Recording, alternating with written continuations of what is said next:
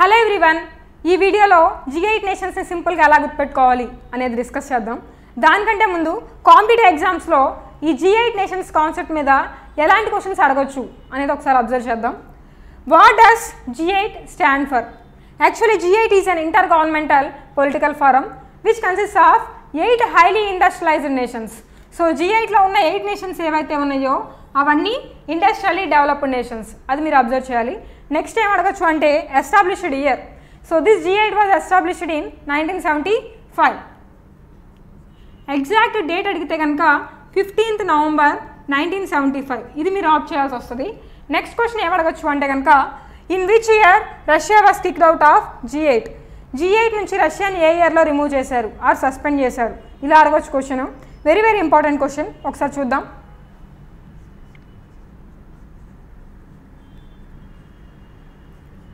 Russia was removed from G8 in 2014 because of its annexation of Crimea from Ukraine.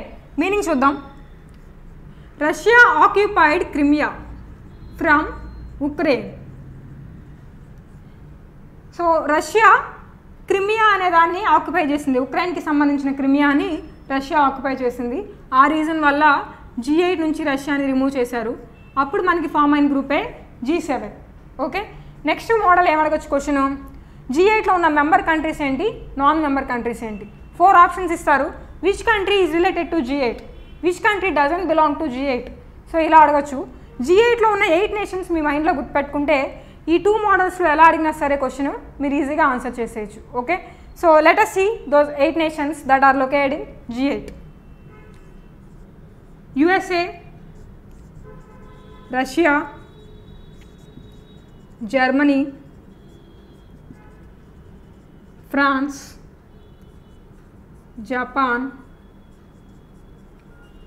Italy, Canada, last one is UK. These are the 8 nations that are associated with G8. Okay, ఒకసారి ఇక్కడ observe చేయండి.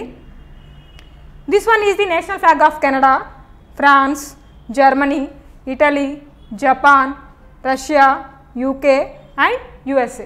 Okay, so ఈ నేషన్స్ని మీరు గుర్తుపెట్టుకోవడానికి ఏదైనా trick ఉందా? Is there any trick అంటే కనుక yes it is, trick ఉంది. ఒకసారి మనం అబ్జర్వ్ చేద్దాం.